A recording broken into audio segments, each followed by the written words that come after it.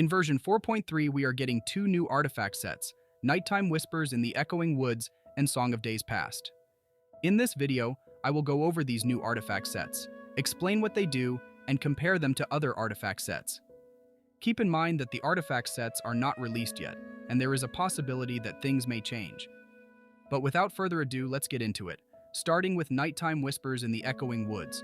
This set is meant to be used on a geo damage dealer. The 2-piece bonus increases attack by 18%, and the 4-piece bonus activates after you use your elemental skill and increases geo damage by 20% for 10 seconds.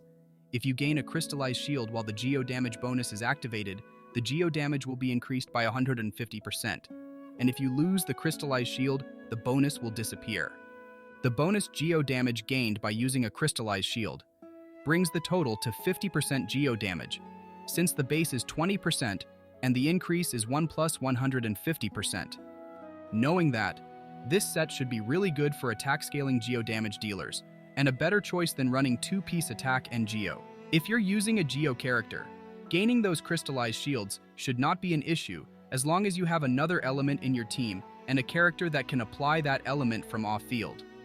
There are exceptions for elements that react with geo, being Anemo and Dendro. This set is made for Navia, an upcoming character in version 4.3. In my Navia build guide, Nighttime Whispers in the Echoing Woods was not her best in slot, but since then the set has been buffed and is now the best set for Navia. Just as a reminder, whenever you see Marichosi Hunter in this video, it is with the assumption of Farina in your team to consistently consume your HP and activate the crit rate bonus. On Navia, Nighttime Whispers in the Echoing Woods is her best artifact choice, better than Marichosi Hunter or 2-piece attack and geo. Ningguang is a character that did not really have a clear-cut best artifact option. But with Nighttime Whispers in the Echoing Woods, it should be the best artifact set for her. Better than 2-piece attack and geo, but slightly behind Marichosi Hunter if you're using Furina. With Ningguang's short elemental skill cooldown, you should be able to consistently make use of the 4-piece geo damage bonus. Other than attack scaling geo damage dealers, the new set also works on defense scaling units, namely Noelle and Arataki Ido. Nighttime Whispers in the Echoing Woods should be good for Noelle if you're at C0, but if you're at C6, Husk of Opulent Dreams becomes better, and if you're using Farina in your team, Marichosi Hunter becomes marginally better. Noelle also has a longer elemental skill cooldown, so you may have to adjust your rotations a bit to make full use of the set. Arataki Ido is in a similar situation to Noelle. Both Nighttime Whispers in the Echoing Woods and Husk of Opulent Dreams perform similarly. But with Ido's teams, you might not always have a unit that can generate crystallized shields consistently. Overall, Nighttime Whispers in the Echoing Woods is a strong set for all geo damage dealers, but it requires gaining crystallized shields, and the buff only works after using your elemental skill, so it may not always be the best, depending on your rotation and skill cooldown. But should you really farm this set? The answer depends on who you are using this set for. If you're planning to farm it for Navia, then it is a good set. If you're farming it for another character like Ido or Noelle, it may not really be worth it. Although it provides an increase over Husk of Opulent Dreams, it is not enough of an increase to make farming a whole new set worth it, especially considering that you won't be able to get pieces with good stats right from the beginning. On top of that, Husk of Opulent Dreams is also farmable from the Strongbox, meaning that you can get good pieces without spending your resin in a new domain. Moving on to the other set, Song of Days Past. It is honestly rather disappointing compared to Nighttime Whispers in the Echoing Woods.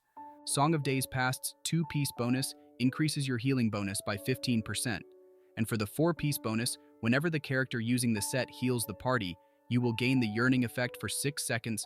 During this effect, the healing you receive is recorded, including the healing over your max HP.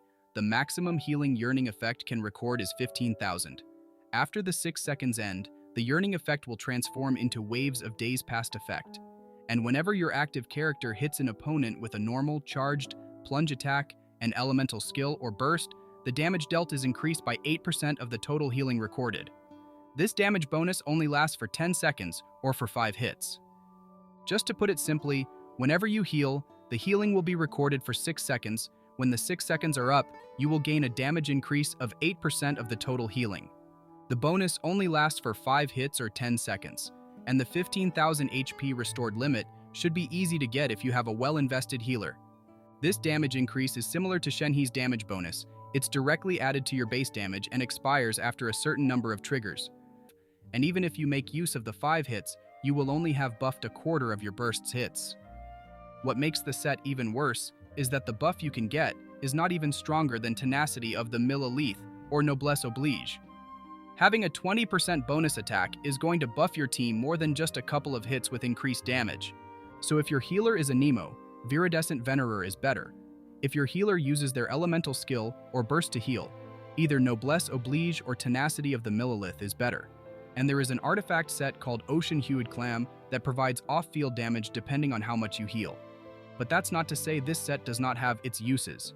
If, for example, you already have characters equipped with Noblesse or Tenacity, you can use Song of Days Past on your healer and will give you a bit of a damage increase. Or, a more likely scenario, you are running a team with a character that scales on HP or defense and does not benefit from attack, for example, Nouvelette. If your healer is not a Nemo and can't use Viridescent Venerer, you could use this set to provide additional damage. Or if you're running an Animo healer in a Geo team and can't swirl Geo, you can also use this set. But otherwise, with any other team using Viridescent Venerer or an attack buffing set is better overall. If you really need the healing bonus, Ocean-Hued Clam provides off-field damage as long as you heal.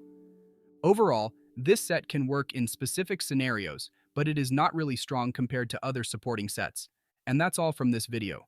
Before I end, I just want to thank everyone for 1,000 subscribers. It's a big achievement for my channel, and I really appreciate your support. Thank you for making it till the end, and thank you for watching.